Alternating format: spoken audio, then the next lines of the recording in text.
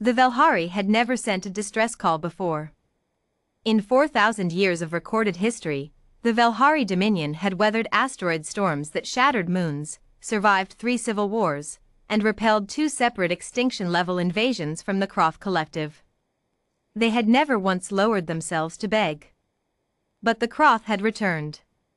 And this time, they had not come alone. High Marshal Zyrek's Corps stood on the bridge of the Eternal Sovereignty, flagship of the Velhari Defense Fleet, and watched his tactical display turn the color of blood. 43 Kroth dreadnoughts. Hundreds of support vessels. They had materialized from subspace like a wound opening in the fabric of the galaxy, and within the first 11 minutes, they had destroyed 6 of his 17 warships. Marshal. His communications officer, Senna, turned from her console with an expression Zyrex had never seen on a Velhari face before, raw, unfiltered terror. We have exhausted all contact with our allied systems. The Tuum Compact cannot reach us in time. The Cephali are dealing with their own border crisis. The Oran Collective has formally declined to intervene. Zyrex stared at the display. Another warship winked out. 5 left. No, 4. Sir.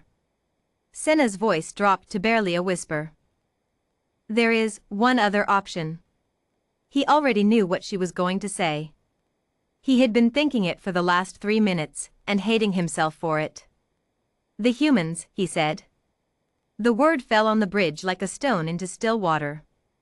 Every officer went rigid. The Velhari had a complicated relationship with humanity.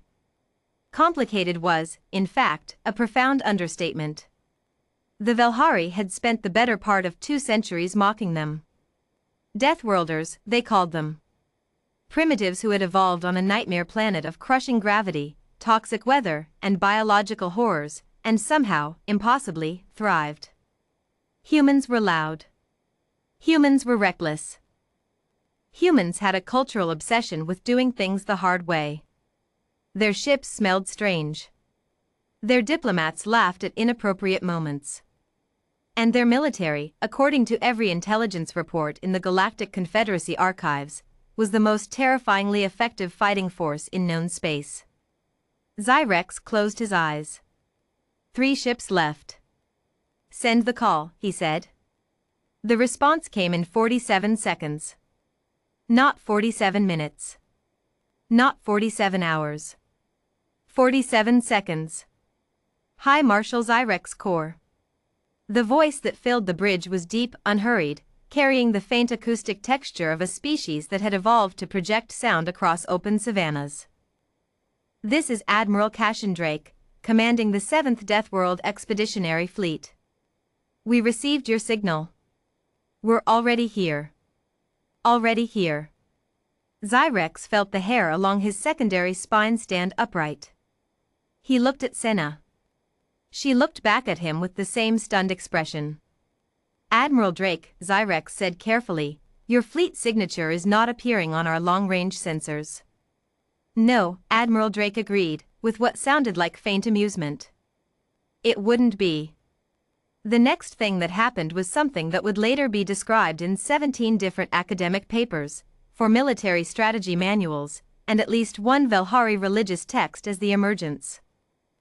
Space around the Kroth Armada simply opened. Not with the gradual shimmer of a standard subspace transition. Not with the mathematical precision of a Velhari drive fold. Humanity's ships tore through from wherever they had been hiding like something enormous breaking the surface of dark water. 40 warships materializing in a formation so perfectly coordinated that the Kroth fleet had no firing solution before the first human broadside was already traveling toward them at a significant fraction of the speed of light. On the bridge of the Eternal Sovereignty, every single Velhari officer fell completely silent. The human ships were wrong, in a way that was almost philosophical. Velhari warships were elegant, long, curved, built according to 3,000 years of aesthetic doctrine that held that a weapon should be beautiful because beauty was efficient. Human warships looked like someone had taken the idea of a warship and squeezed out every gram of beauty to make room for more gun. They were dense, angular, covered in layered ablative plating that bore the scarring of previous battles like medals. They did not gleam. They did not curve. They looked, Zyrex thought, like clenched fists. "Hi, Marshal." Drake's voice again, still unhurried. "We're going to need you to hold your current position and not fire.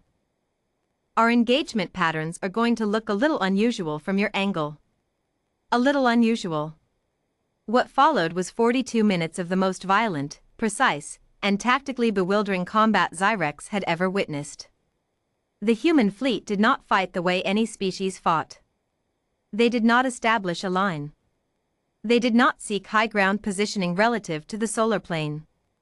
They swarmed, but not randomly, each ship moving with an independence that somehow, impossibly, remained part of a coherent whole. They rotated firing solutions faster than Velhari targeting computers could track. They took hits and kept moving, their layered armor systems shunting kinetic energy in ways that the Croth clearly had never encountered, because the Croth kept adjusting their aim as if they expected the human ships to behave like normal ships. Human ships, Zyrex was discovering, did not behave like normal ships. At minute 17, Admiral Drake's flagship, the Unbroken Meridian, a vessel that looked like it had been built by someone who genuinely hated the concept of empty space, drove itself directly through the middle of the Croth formation. Not around it. Through it. The Croth command cluster, clearly expecting the ship to veer off rather than accept full broadside punishment from 4 directions simultaneously, scattered.